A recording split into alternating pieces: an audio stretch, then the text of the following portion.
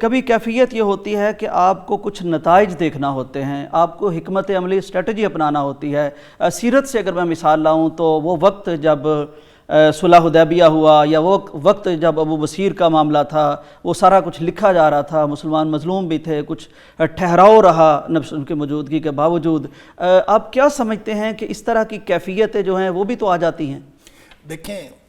ان کو دونوں کو الگ الگ کر لیجئے۔ ایک پہلو ہے جس کو آپ سچویشنل لاجک کہتے ہیں۔ 565 ریاستوں میں سے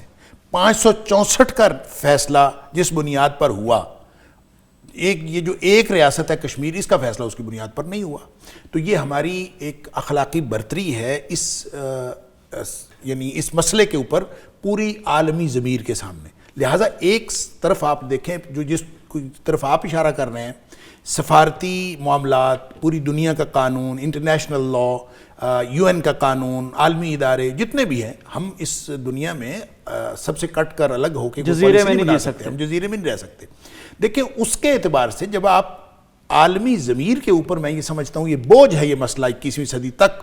کہ دیکھیں ایک تو یہ کہ 565 ریاستوں میں سے 564 کا فیصلہ جس اصول کی بنیاد پر ہوا، تو اس ایک ریاست کا کیوں نہیں ہوا؟ ایک سوال۔ دوسرا یہ ہے کہ پھر آپ نے ان کو حق خود ارادیت دینے کی بجائے انڈیا نے اس کے اوپر فوجیں اتار دیں۔ جب فوجیں اتار دیں تو ایک مزاحمت شروع ہوئی، تو جب انہوں نے اپنی شکست دیکھی ہے، اس مزاحمت کو ناقابل کنٹرول دیکھا، تو پہلے جو اقوام متحدہ میں کون گیا ہے؟ اقوام متحدہ کی سیکیورٹی کونسل میں انڈیا گیا ہے، اور انڈیا خود گیا ہے، اور انہوں نے پھر اقوام متحدہ نے اس کے اوپر جو 2 قراردادیں ہیں، وہ دونوں قراردادیں یکے بعد دیگرے اس کے اوپر اور حق کو خود ارادیت کی ہیں۔ آج تک ان کے اوپر عمل نہیں ہوا۔ تو اس کے اعتبار سے کوئی موریلٹی، یعنی ایتھیکلی اور مورلی کوئی پوزیشن ہی نہیں ہے۔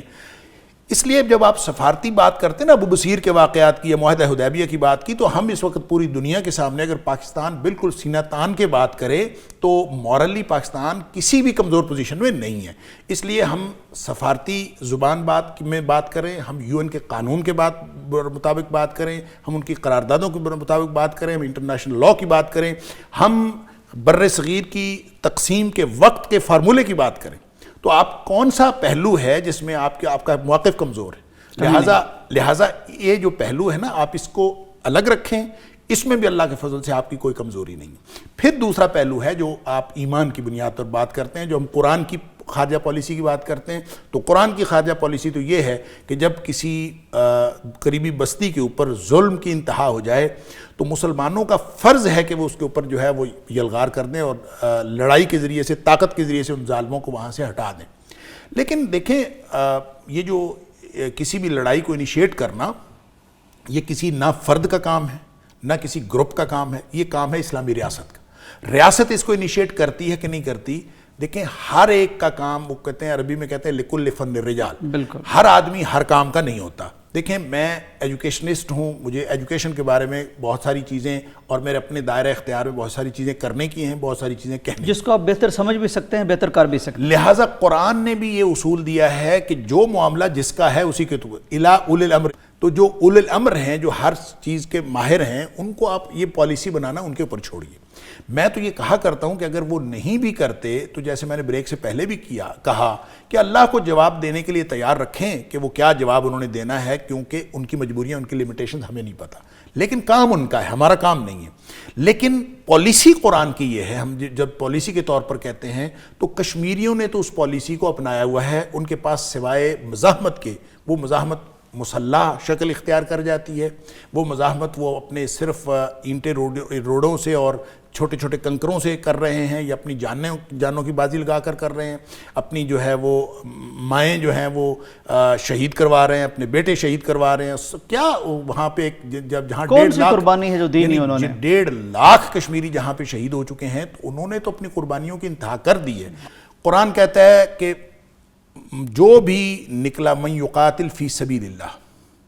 جو لڑا اللہ کے لیے ہے، اس کا مقصد کلیئر ہے، اور وہ اللہ کے راستے میں لڑا ہے،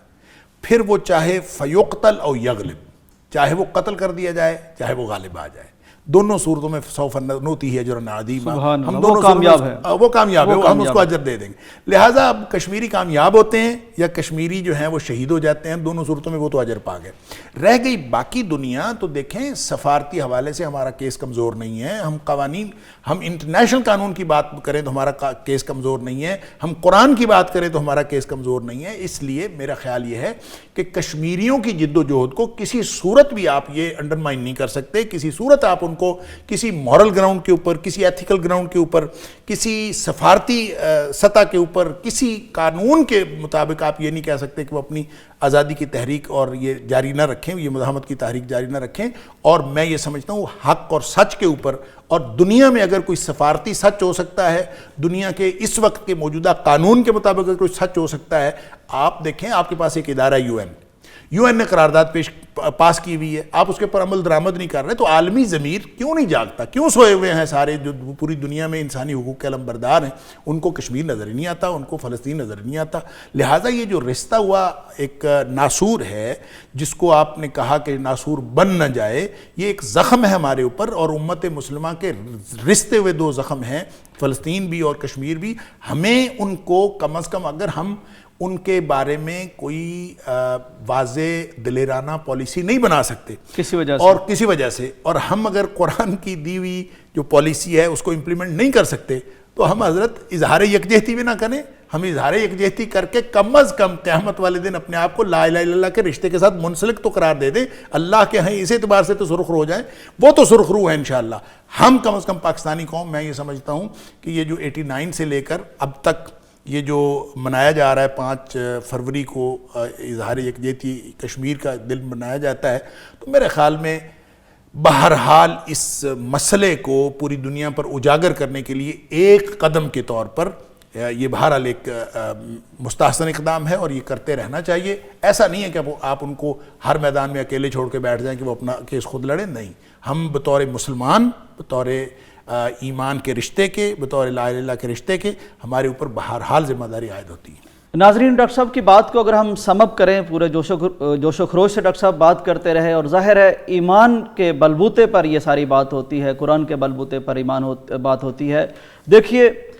2-3 چیزیں ہیں قرآن نے جو ہمیں دے رکھا ہے، وہ تو بہت عرفہ اور اعلیٰ ہے، اور وہ تو بالکل ویسے ہی ہے، وہ دراصل امتحان صرف نکلنے کا ہے۔ بدر میں وہ ہمارے سامنے سب سے پہلا معرکہ جو ایمان و مادیت کا تھا، وہ شاید اللہ نے رکھا ہی اس لیے تھا کہ تمہارے لیے پہلا سبق دنیا میں اپنی خارجہ پالیسی بنانے کا، قوموں کے ساتھ اپنے انٹریکشن کرنے کا جو ہوگا، وہ یہ ہوگا کہ آپ نے کبھی زندگی میں مادیت پہ بھروسہ نہیں کرنا، ایمان لے کے ہی نکلو گے تو نتیجہ تمہارے سامنے یہی ہوگا۔ وہ تو خیر بہت عرفہ چیز ہے۔ رہی بات یہ کہ کون کیا کرتا ہے، اس پہ بھی بات ہو گئی، لیکن یہ جو بات اب کی ڈاکٹر صاحب نے آخر میں کہ یکجہتی، اس پہ بڑے سارے لوگ سوچنے لگ جاتے ہیں کہ یہ کیا فائدہ ہے جی، جھنڈے لے کے نکل آؤ جی، سڑکوں پہ کھڑے ہو جاؤ جی، اپنا کاروبار بند کر لو، فلاں کر لو۔ تو یہ بڑی ویلڈ اور شاندار بات ہے کہ اگر یہ بھی نہ کیا، اگر یہ بھی نہ کر سکے، اظہار یکجہتی بھی نہ کر سکے، تو اس کا مطلب ہے کہ جو شخص کشمیریوں کے ساتھ اظہار یکجہتی نہیں کر رہا، وہ انڈیا کے ساتھ اظہار یکجہتی کر رہا ہے، وہ مظلوم کے ساتھ جو نہیں کر رہا، وہ ظالم کے ساتھ کر رہا ہے۔